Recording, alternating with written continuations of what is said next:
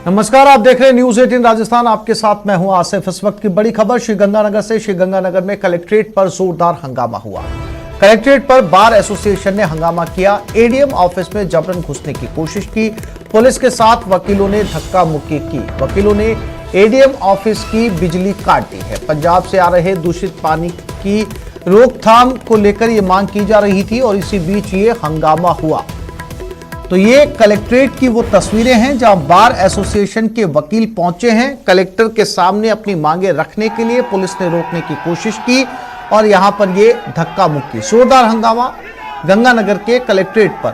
Bar association Ganganagar की जो collector से मिलना चाहते हैं और यहां पर ये हंगामा।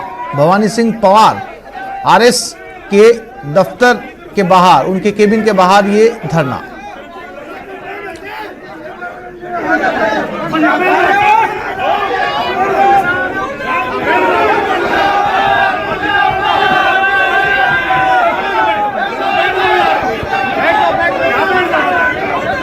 और इसी खबर पर ज्यादा जानकारी के लिए बात करते हैं हमारे गंगानगर संवाददाता अशोक शर्मा के साथ। अशोक, जैसा कि तस्वीरों में देख पा रहे हैं, खासी तादाद में लोग कलेक्ट्रेट में इकट्ठा हुए। क्या मांगे थी और क्यों नहीं मिलने दिया जा रहा था इन्हें अपनी मांगों को लेकर? हाँ, देखिए आसिफ जी, जैसा कि पंजाब से जो केमिकल युक्त दूषित पानी गंगानगर में आईजीएमसी और गंग कैनाल के जरिए आ रहा है, उसकी रोकथाम के लिए आज श्री गंगानगर बार एसोसिएशन के द्वारा पेंडाइन स्टॉक रखी जा रही है। न केवल श्री गंगानगर में बल्कि समूचे श्री गंगानगर जिले में।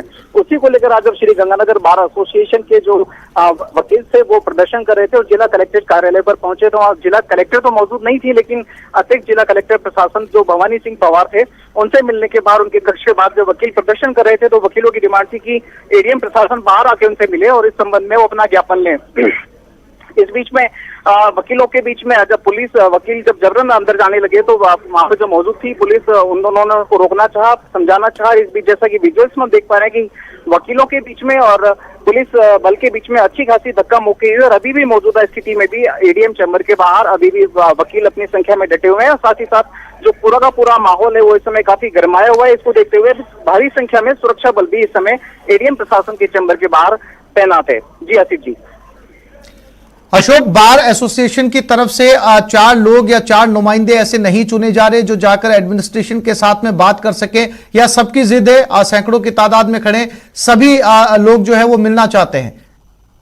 देखिए, इनिशियली जब सारे के सारे सैकड़ों की संख्या में जो वकील एडीएम प्रशासन के चैम्बर के बाहर पहुंचे तो शायद शुरुआती जो दौर में जो कम्युनिकेशन था उस कम्युनिकेशन का फेलियर रहा और जो गफलत की वजह से वकीलों ने समझा कि एडीएम प्रशासन बाहर आकर बात नहीं करना चाह रहे हैं, तो उधर एडीएम प्रशासन ने समझा कि वकील अपनी जिद पर अड़े हुए हैं और उन्हें बाहर ही बुलाना चाह रहे हैं। इस बीच में ये थोड़ी सी जो गफलत हुई और गफलत के अंदर जब वकीलों के द्वारा एडीएम प्रशासन के चैम्बर में जबरन प्रवेश करना चाहा तो पुलिस जो वहां पे मौजूद थी उनके बीच में अच्छी खासी धक्का मुक्की हुई और धक्का मुक्की ही नहीं हुई, वकीलों के द्वारा जो एडीएम प्रशासन की जो चैम्बर की जो पावर सप्लाई थी उस पावर सप्लाई को भी बाधित कर दिया गया है। फिलहाल इस समय एडीएम प्रशासन के चैम्बर में विद्युत आपूर्ति भी नहीं है, अंधेरा है। हालांकि जिला प्रशासन की तरफ से एसडीएम उम्मीद सिंह रतन वहां पर पहुंचे हैं और उनसे बातचीत कर रहे हैं और समस्या को लेकर ज्ञापन भी लेना चाह रहे हैं। लेकिन श्री गंगानगर बार एसोसिएशन के वकीलों का कहना है कि जब तक अतिरिक्त जिला कलेक्टर प्रशासन भवानी सिंह पवार बाहर आके ज्ञापन नहीं लेंगे तब तक वो चैम्बर से बाहर नहीं हटेंगे। यानी कि देखा जाए तो मोटे तौर पर जो मुद्दा था वो मुद्दा ये था कि जो पंजाब से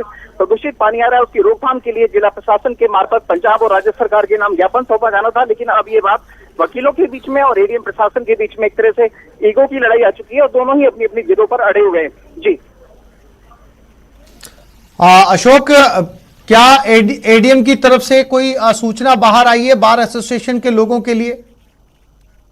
देखिए, एडीएम प्रशासन की तरफ से श्री गंगानगर के एसडीएम उम्मीद सिंह रत्नों ने बाहर आकर वकीलों से मुलाकात की है और उनसे ज्ञापन लेना चाहा और उन्होंने कहा कि एडीएम प्रशासन अभी बिजी है तो उन्होंने एसडीएम के मार्फत बात करनी चाहिए, लेकिन एसडीएम से वो वकील हैं जो संतुष्ट नहीं दिखाई दे रहे हैं और वो चाह रहे हैं कि जब तक अतिरिक्त जिला कलेक्टर प्रशासन भवानी सिंह पवार खुद बाहर नहीं आ जाते तब तक वो ज्ञापन नहीं देंगे। और इस बीच में जो वकील हैं वो भी अपनी सस्पेंड वाद उन्होंने रखा ही हुआ है, तो इस वजह से जो एडीएम प्रशासन के बाहर अभी भी दर्जनों की संख्या में वकील यहाँ पर मौजूद हैं, जिसमें महिलाएं वकील भी शामिल है और पुलिस बल भी अच्छा खासा तैनात है।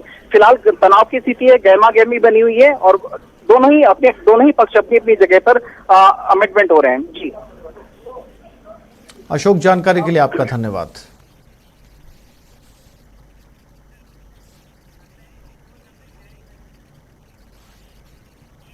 और चित्तौड़गढ़ में करंट लगने से मासूम की मौत हो गई। मंगलवाड़ थाना क्षेत्र के मोरवन में यह हादसा हुआ। खेत में करंट लगने से 11 साल के मासूम की मौत हो गई। आक्रोशित लोगों ने मंगलवाड़ निम्बाहेड़ा मार्ग पर जाम लगा दिया। घटना की सूचना मिलने पर मौके पर पुलिस अधिकारी पहुंचे। खेत मालिक के खिलाफ कार्रवाई के लिए ग्रामीण अड़ गए।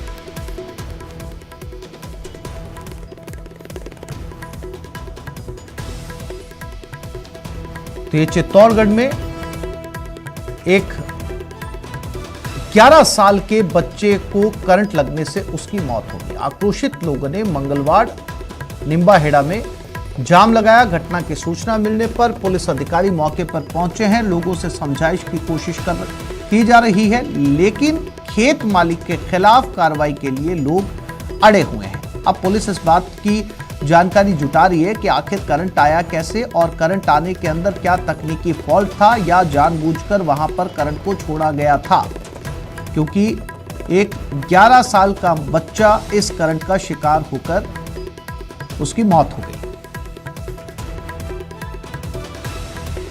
और सुभाष चंद्र बैरागी चित्तौड़गढ़ से हमारे साथ जुड़ गए। सुभाष, खेत मालिक के खिलाफ कानूनी कार्रवाई को लेकर ये परिजन और सारे लोग डटे हुए हैं, तो क्या ये खेत मालिक की गलती थी कि जो है उसके खेत में करंट था या कोई तकनीकी फॉल्ट था? नहीं जी, बिल्कुल मैं आपको बताना चाहूंगा कि प्रारंभिक रूप से जानकारी सामने आई है, जो जयराम खेत मालिक है उसके खेत में जो रचके का फसल बोई गई थी, उस रचके की फसल को लेकर के तारबंदी की गई थी और तारबंदी के अंदर करंट छोड़ा गया। ऐसे में प्रथम दृष्टया सीधे तौर पर विद्युत का इस प्रकार से उपयोग करना अपराध की श्रेणी में आता है और परिजनों द्वारा रिपोर्ट दी गई है। पुलिस ने प्रकरण भी दर्ज कर लिया है, लेकिन अब भी परिजन कार्रवाई की मांग को लेकर अड़े हुए हैं। पोस्टमार्टम करवा दिया गया है, उपखंड अधिकारी मौके पर मौजूद है, लेकिन अब तक परिजनों ने शव नहीं लिया है। हालांकि पुलिस ने समझाइश करते हुए मार्ग खुलवाने में जरूर सफलता हासिल की, लेकिन फिलहाल शव जो है वो मंगलवाड़ अस्पताल की मोर्चरी में पड़ा हुआ है और प्रारंभिक रूप से जो जानकारी सामने आई उसमें सीधे तौर पर खेत मालिक की गलती बताई जा रही है। जी आसिफ। सुभाष, आपने जैसा कि बताया कि रास्ता भले ही जो है वो पुलिस ने खुलवा लिया, क्या कुछ और मांगे भी हैं इनकी कि खेत मालिक के खिलाफ कानूनी कार्रवाई के अलावा कुछ और मांगे हैं इनकी? नहीं, फिलहाल ऐसी कोई मांग सामने नहीं। प्रारंभिक रूप से खेत मालिक के खिलाफ कार्रवाई करने की जो मांग है सिर्फ वो सामने आ रही है। इसके अलावा फिलहाल कोई मांग जो है अधिकृत रूप से सामने नहीं आ पाई है। सुभाष, आपने बताया कि नामजद मामला पुलिस ने दर्ज कर लिया है, तो फिर पूछताछ के लिए क्यों नहीं बुलाया गया? इसमें देरी क्यों?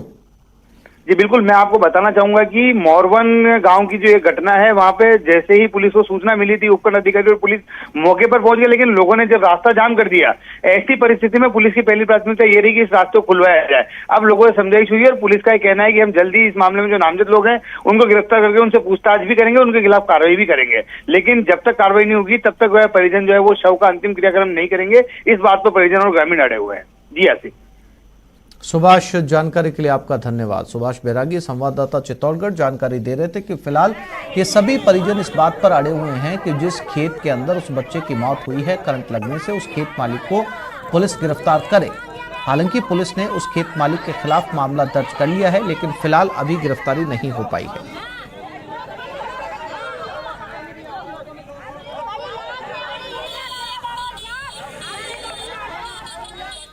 अजमेर नगर निगम की साधारण सभा में जमकर हंगामा हुआ। 1 साल तक साधारण सभा आयोजित नहीं होने पर यह हंगामा हुआ। महापौर ने कोविड का सहारा लिया था, विधानसभा चल सकती है तो साधारण सभा क्यों नहीं? पार्षद सर्वेश पारिक द्रौपदी कोली ने महापौर से पूछा सवाल। महापौर ने अजमेर के विधायकों पर साधारण सभा में आयोजित नहीं करवाने का ठीकरा फोड़ा। शुरुआती हंगामे में भाजपा पार्षद शांत बैठे हुए नजर आए।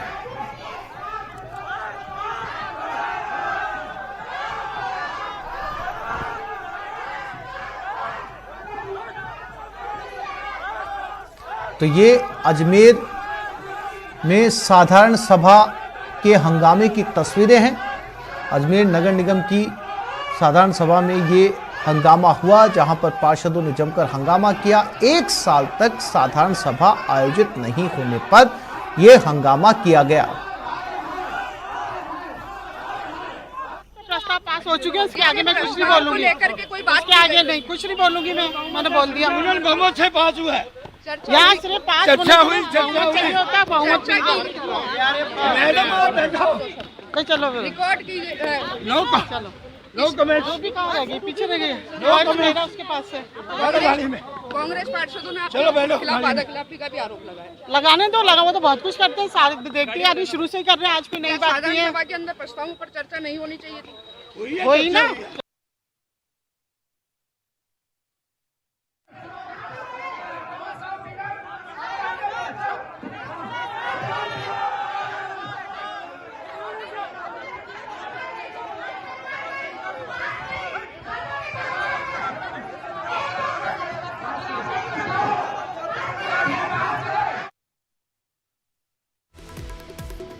बैठक थी साधारण सभा में जिसमें सभी पार्षद यहां पर पहुंचे थे और इनका कहना है कि 1 साल तक जो है वो साधारण सभा की बैठक को नहीं बुलाया गया, जिसको लेकर यहां पर खासा हंगामा मचा साधारण सभा में। और पार्षदों ने कहा जब विधानसभा चल सकती है तो साधारण सभा का आयोजन क्यों नहीं किया गया। महापौर ने अजमेर के विधायकों पर ठीकरा फोड़ा।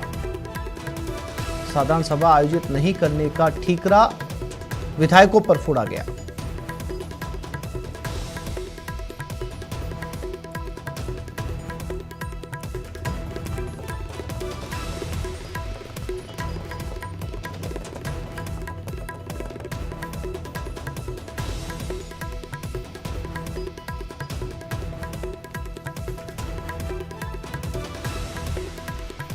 तो ये अजमेर के साधारण सभा की तस्वीरें हैं, नगर निगम की तस्वीरें।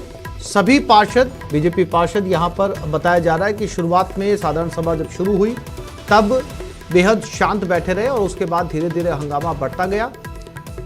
महापौर से इन्होंने कहा कि जब विधानसभा चल सकती है तो फिर साधारण सभा की बैठक का आयोजन क्यों नहीं करवाया जा सकता, क्योंकि पिछले 1 साल से इस बैठक को बुलाया ही नहीं गया।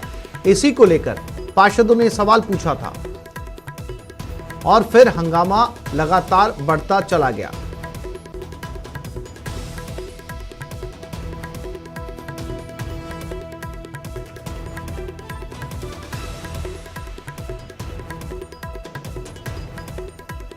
और चंद्रशेखर अजमेर संवाददाता हमारे साथ जुड़ गए। चंद्रशेखर, फिलहाल क्या स्थिति है, क्या पार्षद शांत हो चुके हैं या हंगामा लगातार बना हुआ है? ये इनकी आदत में है। बिल्कुल, महापौर के जाने के बाद से लगातार हंगामा बरपा हुआ है। आप दृश्य देख सकते हैं कि जो कांग्रेस के पार्षद हैं वो लगातार धरने पर बैठे हुए हैं। उनका कहना है कि हम लगातार यहाँ पर धरने पर बैठेंगे और अपनी मांगों को लेकर प्रदर्शन जो है वो जारी रखेंगे। कांग्रेस के वरिष्ठ जो पार्षद हैं वो हमारे साथ में हैं, उनसे जानेंगे किस तरह का विरोध हुआ। क्या किस तरह का विरोध प्रदर्शन हुआ? आज विरोध प्रदर्शन नहीं हुआ, आज तो विकास के जो प्रस्ताव थे उसके विषय बात हुई थी, ठीक है ना। लेकिन ये विकास करना ही नहीं चाहते। बीजेपी के जो लोग हैं, बीजेपी मेरे विकास करना ही नहीं चाहती शहर के अंदर। हम विकास को लेकर बात करना चाह रहे थे, वो प्रस्ताव में जोड़े नहीं। अब इन्होंने जितने ही प्रस्ताव पास करे उसके अंदर कमीशन खोरी वाले प्रस्ताव है, भ्रष्टाचार की बू आ रही है उसके अंदर। और इससे पहले जो जीसी हुई थी उसमें से भ्रष्टाचार वाले प्रस्ताव पास करे थे। तीसरा नंबर का प्रस्ताव जो था पिछले जीसी के अंदर भ्रष्टाचार से लिप्त था, खून से लथपथ था भ्रष्टाचार के, लेकिन पास कर दिया। इसी प्रकार ये इनमें भी प्रस्ताव कर्मचारियों के प्रस्ताव के अलावा भ्रष्टाचार के लिप्त प्रस्ताव थे जिन्होंने पास कर दिए। पूर्व में भी कांग्रेस द्वारा विरोध किया गया था, प्रस्तावों की मांग की गई थी कि जनप्रतिनिधियों के प्रस्तावों को शामिल किया जाए। देखिए 13 माह बाद जीसी का आयोजन हो रहा था प्रस्ताव रखने के लिए, क्योंकि हम निगम के ट्रस्टी हैं। मगर यहाँ का बोर्ड और महापौर हमें रबर स्टैंप समझते हैं। वो हमने इनको बतला दिया कि नहीं, हम अपने हक की लड़ाई लड़ेंगे, क्योंकि अजमेर की लड़ाई है। राज्य सरकार ने हमको चुन के यहाँ पर भेजा है। दूसरी चीज, आज इन्होंने बिना हस्ताक्षर किए प्रस्ताव पारित कर दिए। तीसरी चीज, आयुक्त ने एक भी प्रस्ताव को नहीं पढ़ा। चौथी चीज, इनका कोरम ही पूरा नहीं था बीजेपी का। कैसे प्रस्ताव पारित हो सकते हैं? आज का दिन आयुक्त को हस्ताक्षर भी करवाने होते हैं प्रस्तावों के ऊपर। क्या हस्ताक्षर करवाए गए आयुक्त के द्वारा या आयुक्त को भी महापौर की शरण है? देखिए एक्चुअल में आयुक्त साहब को ये सोचना पड़ेगा, वो शासन है, हम लोग प्रशासन है। हम कांग्रेस की तरफ से हम लोग यहाँ पर नुमाइंदे नॉमिनेटेड हुए हैं। दूसरी चीज, ये निरस्त की मांग करते हैं। आज का दिन काला दिवस है, पूरे पार्षद दल ने निंदा प्रस्ताव पारित किया है। इस जीसी को निरस्त करने की मांग हम लोग कर रहे हैं, ठीक है। और आज हम लोग धरने पे बैठेंगे, क्रमवार आंदोलन चलेगा। देखिए लगातार जो है विरोध तेज होता जा रहा है। मैं कैमरा साथी को कहूंगा कि एक और दिखाएं कि वहां पर कांग्रेस जो बीजेपी के पार्षद हैं वो भी वहां पर लगातार बैठे हुए हैं। एक और जहां रामधुनी गाई जा रही है, उसके साथ ही जो बीजेपी के पार्षद हैं वो जय श्री राम के नारे लगाते हुए यहाँ पर देखे जा रहे हैं। पार्षदों से भी बात करने की कोशिश करेंगे। किस तरह से हंगामा हुआ, क्या था जी, किस तरह से हंगामा रहा और किस बात को लेकर वो कांग्रेस करने पर? ये हंगामा इसलिए रहा कि कांग्रेस के एक पार्षद मंच पे चढ़ गए और महापौर साहब से उन्होंने बदसलूकी करी। बदसलूकी करने के कारण उनके पीछे पीछे और भी कांग्रेसी पार्षद वहां पे चढ़े और इस बदसलूकी दुर्व्यवहार महापौर साहब से करने लगे। इसके कारण बीजेपी के पार्षदों को भी मंच पे चढ़ना पड़ा और मंच पे चढ़ करके सारे प्रस्ताव सुन करके सबको पास करवाना पड़ा। एक पार्षद और है हमारे साथ में, रमेश जी, उनसे भी जानेंगे किस तरह का विरोध हुआ। आज जो विरोध है, निश्चित रूप से देखिए यहाँ पर जो कांग्रेस कर रही है ये केवल ढकोसला है, इनका प्रपंच है। वास्तव में अगर ये सदन के अंदर चर्चा करना चाहते थे तो प्रारंभ से ही जब हम बार बार कहते थे आसन की तरफ से, माननीय महापौर महोदय की तरफ से व्यवस्था दी, लगातार बना हुआ है। दोनों धड़े अलग अलग बटे हुए हैं। साफ तौर पर पता चल पा रहा है कि अब ये साधारण सभा की बैठक शुरू होने के अंदर ये गतिरोध टूटने में अच्छा खासा वक्त लगने वाला है। फिलहाल चंद्रशेखर, तमाम जानकारी के लिए, तस्वीरें दिखाने के लिए आपका धन्यवाद।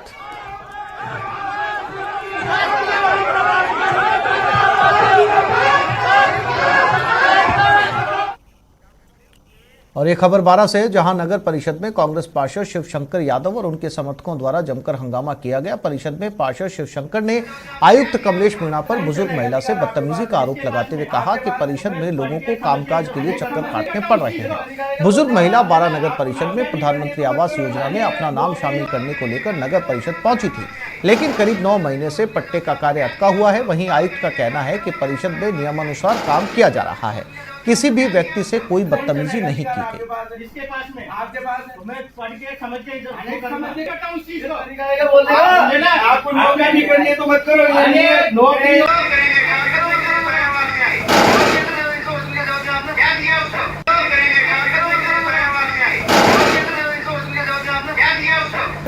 अधिकार आपके पास है, जिसके पास में आपके पास तो ये लोग चक्कर काटते थे कि भाई हमारी फाइलें लगवाओ, साहब मार्केट 350 रुपये जमा करके फाइल लगवाओ। तो उनका जवाब था पहले नियम पढ़ूंगा, नियम पढ़ने के बाद में फिर फाइल लगाऊंगा, संबंधित बाबू को बुलाऊंगा, बाबू को जानकारी देगा, तब जाकर मैं लगा पाऊंगा।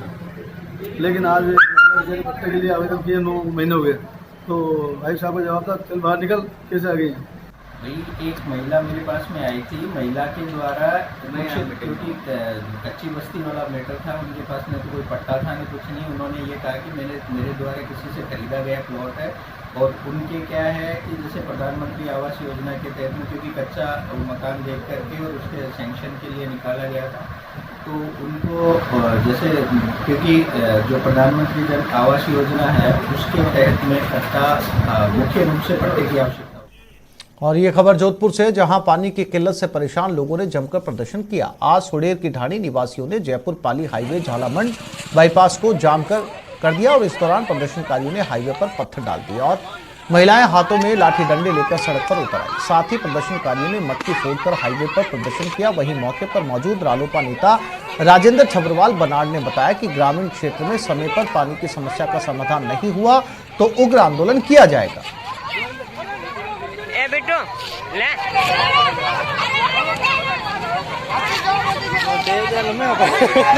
पंचायत समिति के क्षेत्र में पानी की समस्याओं को लेकर कल बनाड़ वाटर बॉक्स में पानी की समस्याओं को लेकर अवगत करवाया। आज सोडेर ग्राम पंचायत में महिलाओं द्वारा हाईवे जाम करके पीएचडी के अधिकारियों को चेताया जा रहा है, लेकिन अधिकारी अभी भी कोई भी जन सुनवाई नहीं कर रहे और ग्रामीण क्षेत्र में भारी पानी की समस्या का सामना करना पड़ रहा है। मैं राजेंद्र छबरवाल बनाड़, अगर समय पर ग्रामीण क्षेत्र में पानी का समस्या का समाधान नहीं हुआ तो बड़ा आंदोलन किया जाएगा। देवा गुर्जर हत्याकांड मामले में बड़ा अपडेट। हत्याकांड मामले में पुलिस को मिला अहम सुराग। षड्यंत्र में शामिल 2 आरोपियों के बारे में सुराग लगा है। पुलिस आज कर सकती है दोनों आरोपियों को गिरफ्तार। आरोपी भैरू गुर्जर की तलाश के लिए पुलिस की टीमें भेजी गई है। भैरू गुर्जर के खिलाफ पहले से 6 मामले दर्ज हैं। घने जंगलों में की जा रही है आरोपियों की तलाश। अब तक 22 आरोपियों की गिरफ्तारी हो चुकी है।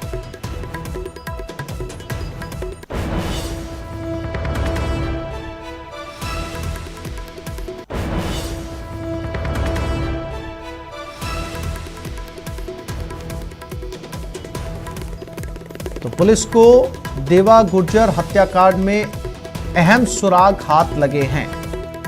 2 आरोपी जिनकी पुलिस लगातार तलाश कर रही थी, उन्हें लेकर पुलिस के हाथ बहुत महत्वपूर्ण एविडेंस लगे हैं। और ब्रेक के बाद बात करेंगे जयपुर में कोविड साइकिल के हल्ला बोल।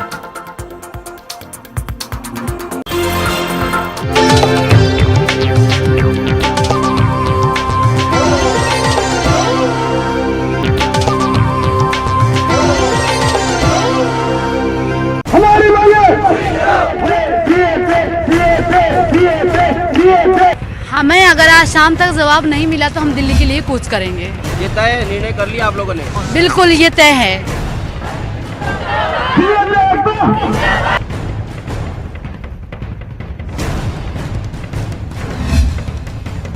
और जयपुर में कोविड साइको का हल्ला बोल। कोविड साइको ने फिर दी दिल्ली कूच की चेतावनी। आज शाम तक दिल्ली कूच की चेतावनी दी गई। 21वें दिन भी जारी है कोविड साइको का धरना। शहीद स्मारक पर यह धरना दिया जा रहा है। कार्य मुक्त करने का विरोध कर रहे हैं कोविड सहायक ने की स्थायी कैडर की मांग। बता दें कि 31 मार्च को 28,000 CHA को कार्य मुक्त किया जा चुका है, जिसके बाद से कोविड सहायक धरने पर बैठे हैं।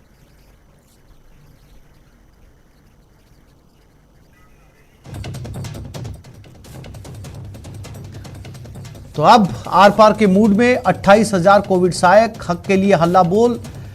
फिर दिल्ली कूच की चेतावनी इन्होंने दी है। प्रमाण पत्र के साथ ये प्रदर्शन कर रहे हैं। प्रदर्शन में इनके परिवार, इनके छोटे बच्चे भी शामिल हैं। पिछले 20 दिनों से तपती गर्मी में ये लोग शहीद स्मारक पर बैठे हैं। इसी सिलसिले में न्यूज 18 राजस्थान अपनी सामाजिक सरोकार को निभाते हुए लगातार इनकी खबरों को सरकार तक पहुंचाने की कोशिश कर रहा है, ताकि सरकार इस मसले को लेकर कोई सकारात्मक पहल करे, कोई सकारात्मक सॉल्यूशन जो है वो रखे। और लगातार न्यूज 18 राजस्थान पर CHA की कवरेज जो, और इसी को लेकर कैबिनेट मंत्री प्रताप सिंह खाचरियावास ने न्यूज 18 पर ये आह्वान करते हुए कोविड सहायकों को कहा कि वो उनके घर पर पहुंचे। एक डेलीगेशन पहुंचे मुख्यमंत्री अशोक गहलोत के साथ। वो खुद इस मसले को लेकर बातचीत करेंगे। वो चाहते हैं कि इस मसले का कोई सकारात्मक हल निकले, और उन्होंने इनके डेलीगेशन को बातचीत करने के लिए बुलाया भी है।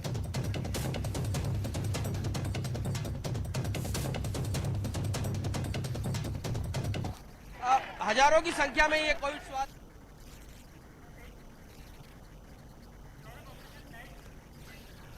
और एक बार फिर से सीधा रुख करते हैं शहीद स्मारक, जहां पर यह धरना चल रहा है। सौरभ गृहस्थी हमारे संवाददाता हमारे साथ लाइव जुड़ गए। सौरभ, धरना लगातार जारी है। मंत्री जो है वो आश्वासन दे चुके हैं। न्यूज 18 राजस्थान के प्लेटफॉर्म पर उन्होंने आश्वासन दिया कि इनमें से 2-4 लोग उनसे मिलने के लिए पहुंचे, वो बात करने के लिए तैयार हैं और बहुत पुरजोर तरीके से इनकी आवाज को वो मुख्यमंत्री गहलोत के सामने उठाएंगे। वो भी चाहते हैं कि इस पूरे मसले का कोई सकारात्मक हल निकले।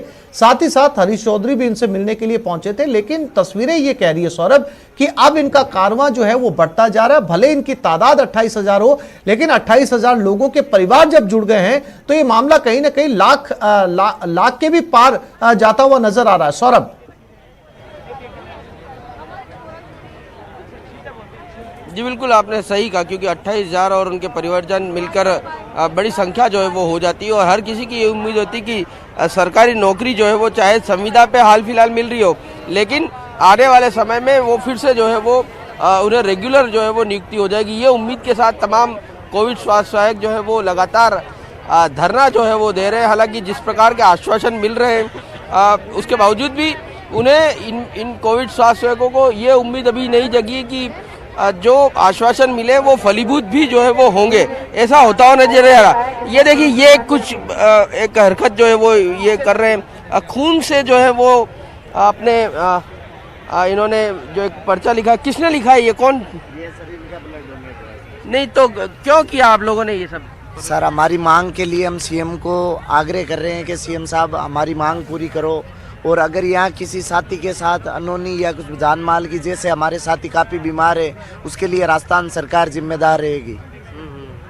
नहीं तो ये आपने खून से लिखने से क्या होगा? आप लोगों जब आश्वासन मिल गया है, सरकार कह रही है धैर्य से काम लो, आप लोग परिचय ये शांतिवादी तरीके से धरना हम दे रहे हैं और हमारी मांग को पुरजोर तरीके से सरकार के समक्ष रख रहे हैं।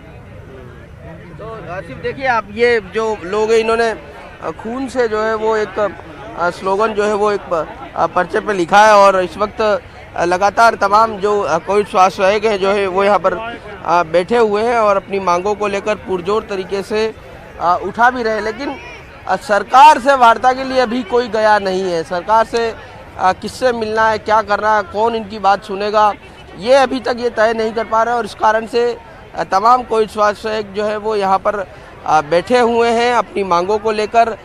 ये भी इन्होंने चेतावनी दी है कि अगर शाम तक इनकी मांगों को लेकर कोई सकारात्मक सरकार पहलू नहीं दिखाती है तो फिर ये लोग दिल्ली कूच जो है वो करेंगे। तो इस प्रकार की तस्वीरें जो है वो लगातार यहाँ पर सामने आ रही है और ये तस्वीरें आप देख सकते हैं किस प्रकार से अपने नन्हे मुन्ने बच्चों के साथ यहाँ पर महिलाएं हैं वो भी यहाँ पर बैठी हुई है। और सौरभ, दिल्ली कूच की तैयारी है और यहाँ पर जितने लोग यहाँ पर बैठे हुए हैं, सौरभ कौन लोग हैं जो इनका प्रतिनिधित्व कर रहे हैं? किन लोगों के एक बैठक के अंदर ये तय किया गया कि सीएचए के जितने लोग बैठे इनका प्रतिनिधित्व जो है वो ये चंद लोग करेंगे? क्या ऐसे लोग तय हुए हैं?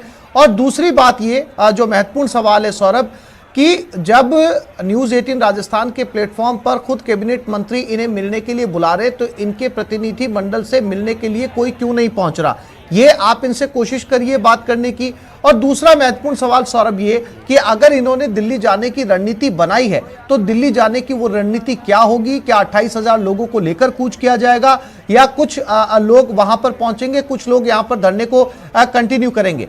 कोशिश करिए इनसे बात करने की सौरभ। जी बिल्कुल, आपका शुभ नाम क्या है? मेरा नाम कशिश कछावा है। ये बताओ कि आप लोग कौन लोग आपका जो है वो लीडरशिप कर रहे हैं, सरकार से वार्ता कौन लोग कर रहे हैं, दिल्ली कौन लोग जाएंगे, क्या कुछ रणनीति आप लोगों द्वारा तैयार की जा रही है? ये 28,000 कोविड स्वास्थ्य सहायकों का नेतृत्व मैं प्रदेश अध्यक्ष हूँ राजस्थान नर्सरी एसोसिएशन से।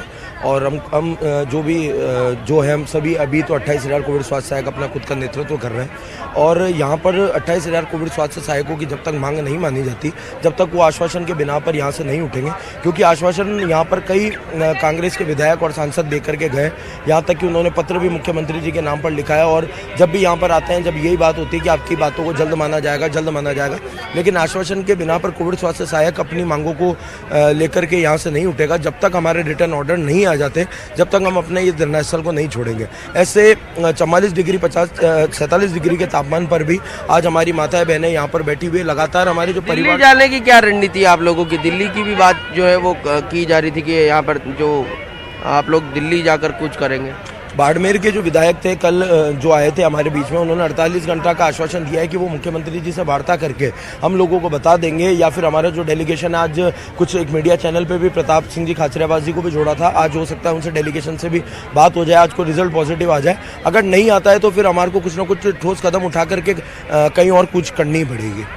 क्योंकि अभी चूंकि पूरी तरह से दिल्ली में किन से मिलेंगे, दिल्ली में कहाँ जाएंगे, क्या तय किया है, दिल्ली में किन नेताओं से मिलेंगे? बिल्कुल, देखिए ये कांग्रेस आलाकमान से मिलने की बात जो है वो यहाँ पर कोविड स्वास्थ्य सहायकों ने की थी और सोनिया गांधी और प्रियंका गांधी से मुलाकात करने की बात जो है वो कही थी। लेकिन अभी दिल्ली कूच किया जाएगा, पूरी तरह से निर्णय जो है वो नहीं हुआ है। आज शाम तक ये लोग इंतजार कर रहे हैं कि शाम तक संभवतः सरकार से वार्ता हो जाए, कुछ आश्वासन मिल जाए, उसके बाद जो है वो रणनीति जो है वो इनकी तरफ से बनाई जाएगी कि आज रात को ये दिल्ली रवाना होंगे, कल दिल्ली रवाना होंगे या फिर आगे क्या कुछ रणनीति रहेगी, ये अभी पूरी तरह से फाइनल नहीं हुआ। क्योंकि जिस प्रकार से कल हरीश चौधरी यहाँ पर पहुँचे थे और उन्होंने आश्वासन दिया था कि आप 24 घंटे रुक जाइए, आपसे बातचीत जो है वो सरकार को तक आपकी बात पहुँचा दी गई है। आज मंत्री प्रताप सिंह खाचरियावास भी ने भी इसी तरह की बात जो है वो कही है। तो अब देखना होगा कि ये जो आश्वासन इनको मिले हैं उन पर किस तरह से काम हुआ है, काम होगा, ये देखने वाली बात होगी। और उसके बाद ही ये लोग जो है वो आगे अपना जो रणनीति है वो तैयार करेंगे और उसके बाद जो है वो दिल्ली जाएंगे। जी हाँ बिल्कुल सौरभ, चूंकि जो आपके पास में इनके प्रतिनिधि खड़े हैं, इन्होंने कहा कि ये प्रताप सिंह खाचरियावास से आज मिलने जा सकते हैं। क्या ऐसी टीम इन्होंने तय कर ली है सौरभ जो कैबिनेट मंत्री के साथ में मुलाकात करेगी? क्या उसका चयन इन्होंने कर लिया है?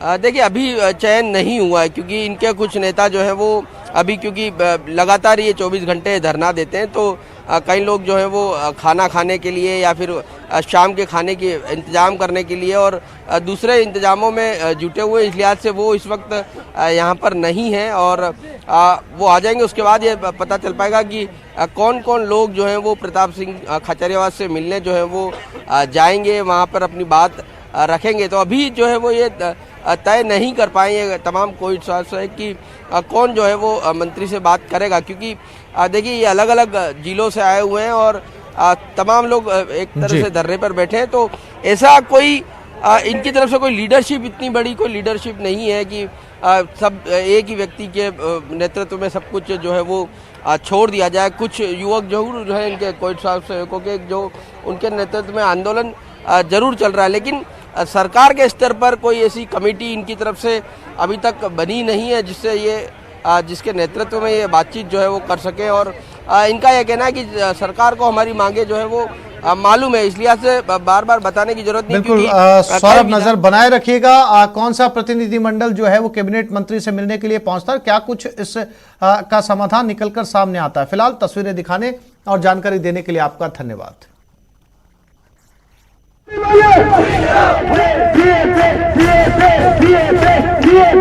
हमें अगर आज शाम तक जवाब नहीं मिला तो हम दिल्ली के लिए कूच करेंगे। ये तय निर्णय कर लिया आप लोगों ने? बिल्कुल ये तय है।